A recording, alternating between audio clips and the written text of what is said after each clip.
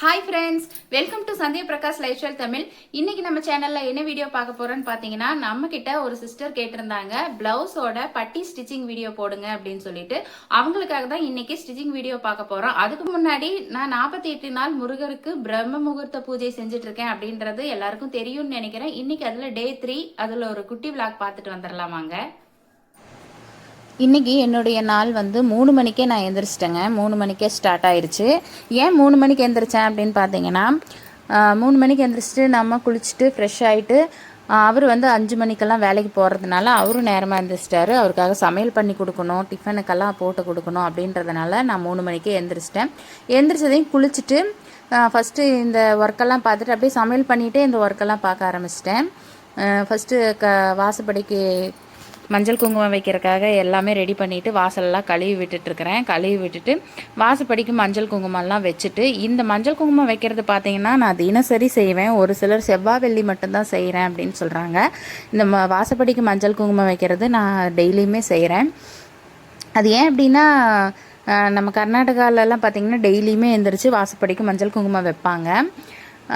அதுக்கு உங்களுக்கு என்ன சம்மந்தம் இருக்குதுன்னு கேட்டிங்க அப்படின்னா, நாங்கள் வந்து என்னுடைய அம்மா வீடு பெங்களூர் தான். அதனால தான் நான் டெய்லியுமே மஞ்சள் குங்குமம் வைக்கிறேன் வாசப்படிக்கு.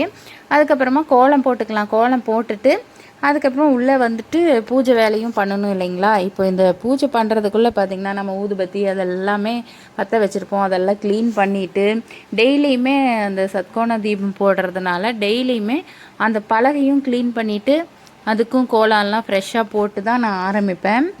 அதனால் கொஞ்சம் இதுக்கே வந்து ஒரு 1 ஹவர் கிட்ட, 1/2 ஹவர் 1 ஹவர் ஆயிடுது. இந்த கோலம்லாம் போட்டுட்டு உள்ளே வந்து அந்த பூஜை ஒர்க் பார்க்குறக்கே 1 ஹவர் கிட்ட ஆயிடுது. அதுக்கிடையில் நம்ம சமையல் வேலையும் பார்த்துக்கணும். ஏன்னா வந்து நேரத்தில் அவர் போகிறதுனால டிஃபனுக்கு வேணுன்றதுனால சமையல் வேலையும் பார்த்துட்டு அதுக்கப்புறமா பூஜை வேலையும் நம்ம எல்லாம் க்ளீனிங் ஃபஸ்ட்டு பண்ணிவிட்டு அதுக்கப்புறமா கரெக்டாக பார்த்திங்கன்னா பிரம்ம முகூர்த்த நேரங்கிறது வந்து 4:30 to 5:30 5:45 சொல்லுவாங்க. எனக்கு மேக்ஸிமம் பார்த்திங்கன்னா நான் 3:30க்கு குளிச்சுட்டு வந்ததுலேருந்து ஸ்டார்ட் பண்ணிடுவேன் பூஜை வேலைகளை. ஆனால் பூஜை முடிக்கும்போது பார்த்திங்கன்னா 6 மணி கூட ஆயிடுது. அதனால் ஒன்றும் பிரச்சனை இல்லை அப்படின்னு நான் நினைக்கிறேன். ஏன்னா நம்ம பிரம்ம முகூர்த்த நேரத்தில் வந்து பூஜை வேலைகள் தானே ஆரம்பிச்சிருக்கோம். நம்ம எப்போ ஆரம்பிக்கிறோம் அப்படிங்கிறது தான் ரொம்ப முக்கியம். தீபம் ஏற்றிடுவேன். கிட்டத்தட்ட 5:30க்குள்ளார தீபம் ஏற்றிடுவேன்.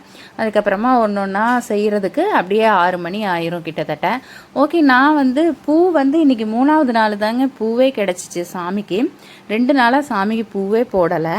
பூ கிடைக்கிற அன்னைக்கு பார்த்தீங்கன்னா உருளி வச்சுக்கலான்னு சொல்லி இது வந்து மீஷோவில் தான் நான் ஆர்டர் பண்ணி வாங்கியிருந்தேன். தண்ணியும் பச்சை கற்பூரமும் போட்டு வச்சுட்டேன். அதுக்கப்புறமா பூ வந்து அளவாக தான் இருந்துச்சு. 2 பூ தான் இருந்துச்சு. அதில் நாம் எப்படி நம்மக்கிட்ட என்ன இருக்கோ அதை வச்சு நம்ம டெக்கரேட் பண்ணிக்கலான்னு சொல்லிட்டு ஒரு பூ உள்ளே பிச்சு போட்டுட்டு சென்டராக ஒரு பூ வச்சுட்டு அதில் குங்குமம் வச்சுக்கிட்டேன். இந்த டெக்கரேஷன் சிம்பிளாக இருந்தாலும் எனக்கு வந்து மனசுக்கு திருப்தியாக இருந்துச்சு. நம்மக்கிட்ட என்ன இருக்கோ அதை வச்சு நம்ம பண்ணிக்கலாங்க. ஓகே, இன்றைக்கி பூ வைக்கங்காட்டி தாங்க டே 3 பூஜை ரொம்பவே சிறப்பாக இருந்த மாதிரி இருந்துச்சு. எனக்கு ரொம்பவே மகிழ்ச்சியாக இருந்துச்சு. அது மட்டும் இல்லாமல் இன்றைக்கி கந்தசஷ்டி கவசமும் நானும் படித்தேன். இன்றைக்கி தான் நான் கந்தசஷ்டி கவசம் படித்தேன். அந்த புக்கு வாங்கி வச்சுருக்கேன் பாருங்கள். நேற்று தான் நான் வாங்கிட்டு வந்தேன். ஓகே, இந்த வீடியோ பிடிச்சிருந்தால் லைக் பண்ணுங்கள் ஃப்ரெண்ட்ஸ். ஓகே, இப்போ வந்துட்டு பட்டி வந்து லைனிங்கில் 4 பீஸாக கட் பண்ணி எடுத்துக்கணும். அந்த 4 பீஸ் கட் பண்ணி எடுத்த லைனிங்கை 2 பீஸ் ஒரு பக்கமும் இன்னொரு 2 பீஸ் இன்னொரு பக்கமும் வர மாதிரி ஸ்டிச் பண்ணோம். அதாவது மெயின் கிளாத்தோட நல்ல பக்கம் மேலே லைனிங் அந்த பட்டி பீஸ் 2 பீஸை வச்சு ஸ்டிச் பண்ணி எடுத்துக்கலாம். இந்த இடத்துல தான் முக்கியமாக ஒரு விஷயத்தை கவனிக்கணும். அது என்ன அப்படின்னு பார்த்தீங்கன்னா, இப்போ நம்ம ஸ்டிச் பண்ணிட்டு இருக்கோம் பார்த்தீங்களா, அது எண்டிங் ஆகுது பார்த்தீங்களா, அந்த கடைசி எண்டிங்கில் கட் பண்ணாமல் அது எதில் முடியுது அப்படின்றத பார்க்கணும். அதாவது ப்ளவுஸோட கழுத்து பக்கம் இருக்கக்கூடிய அந்த கொக்கி பட்டி அந்த சைடு முடிஞ்சிருக்கா, இல்லைன்னா அந்த ஷோல்டர் கை பக்கத்தில் இருக்கிற அந்த ஷோல்டர் சைடு முடிஞ்சிருக்கான்றத பார்த்துக்கணும். அதுக்கப்புறமா தான் இன்னொரு பட்டியை அது எந்த சைடு முடிஞ்சிருக்கோ அதே சைடை வச்சு அடிக்கணும். அதாவது நீங்கள் நல்லா புரிஞ்சிருக்கும்னு நான் நினைக்கிறேன். என்னன்னு பார்த்தீங்கன்னா, இப்போது இந்த ப்ளவுஸ் நான் தைச்சிட்ருக்கிற ப்ளவுஸ் வந்து கழுத்து பக்கம் முடிஞ்சிருக்கு. அடுத்த பட்டியுமே அதே கழுத்து பக்கம் ஸ்டார்ட் ஆகிற மாதிரி, அதாவது லைனிங் கிளாத்தை வந்து ப்ளவுஸோட நல்ல பக்கம் மேலே, அதாவது மெயின் கிளாத்தோட நல்ல பக்கம் மேலே 2 பீஸையும் வச்சு ஸ்டிச் பண்ணிக்கலாம். அதாவது நான் ஏற்கனவே சொன்ன மாதிரி அந்த கழுத்து பக்கத்தில் முடிஞ்சிருக்கு, அதே கழுத்து பக்கத்தில் இந்த பீஸும் இருக்கிற மாதிரி நம்ம ஸ்டார்ட் பண்ணிக்கணும். ஏன் அப்படின்னு பார்த்தீங்கன்னா இந்த ஒரு இடத்துல மட்டும் நாம் கரெக்ட் பண்ணி தைச்சிட்டோம்னா போதுங்க.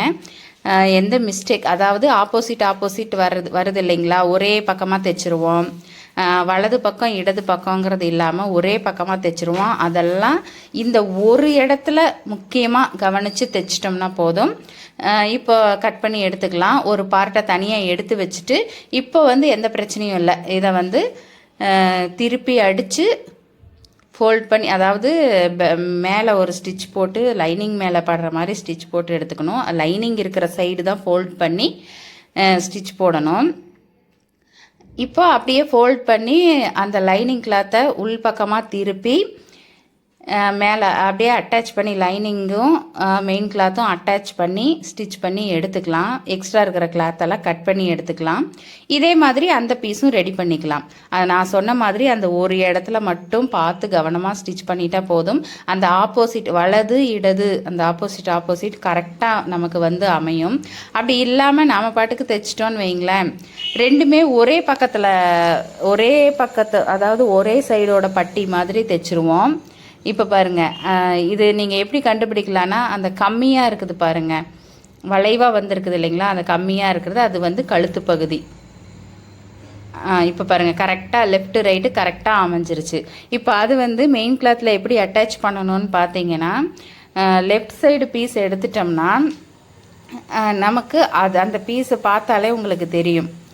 அதே லெஃப்ட் சைடை உள் பக்கமாக திருப்பிட்டு பட்டி பீஸை நல்ல பக்கம் மேலே அடியில் வைக்கணும். பட்டி பீஸை அடியில் வச்சு, அதாவது நல்ல பக்கம் நம்மளை பார்த்து இருக்கிற மாதிரி வச்சுக்கணும். மெயின் கிளாத்தோட கெட்ட பக்கம், ப்ளவுஸ் பீஸோட கெட்ட பக்கம் நம்மளை பார்த்து இருக்கிற மாதிரி, அதாவது நல்ல பக்கமும் ஒரே சைடு வர மாதிரி வச்சு அடிச்சுக்கணும். அதே மாதிரி தான் ஆப்போசிட் சைடு ஸ்டிச் பண்ண போதும். எப்படி தைச்சாலும் அந்த கழுத்து பகுதி முன்னாடி அந்த லென்த்து பார்த்திங்கன்னா கம்மியாக வரும். அந்த வளைவு அதை பார்த்திங்கனாவே நீங்கள் தெரிஞ்சுக்கலாம் அது கழுத்து பகுதிக்கு வச்சு அடிக்கணும்னு. அது மட்டும் பார்த்து அடிச்சிட்டா போதும், நம்மளுக்கு பட்டி ஈஸியாக ரெடி பண்ணிடலாம். ஓகே, இது நம்மக்கிட்ட கேட்ட அந்த சிஸ்டருக்காக இந்த வீடியோ. இது புரிஞ்சிச்சா இல்லையா அப்படின்றத கமெண்ட்டில் சொல்லுங்கள். இனி வர ப்ளவுஸ் எல்லாமே ஸ்டிச் பண்ண போகிறேன். ப்ளவுஸு ஃபுல்லாகவே blouse cutting and stitching video போடலாமா அப்படின்றத கமெண்ட்டில் சொல்லுங்கள். ஓகே, இது opposite side right side piece.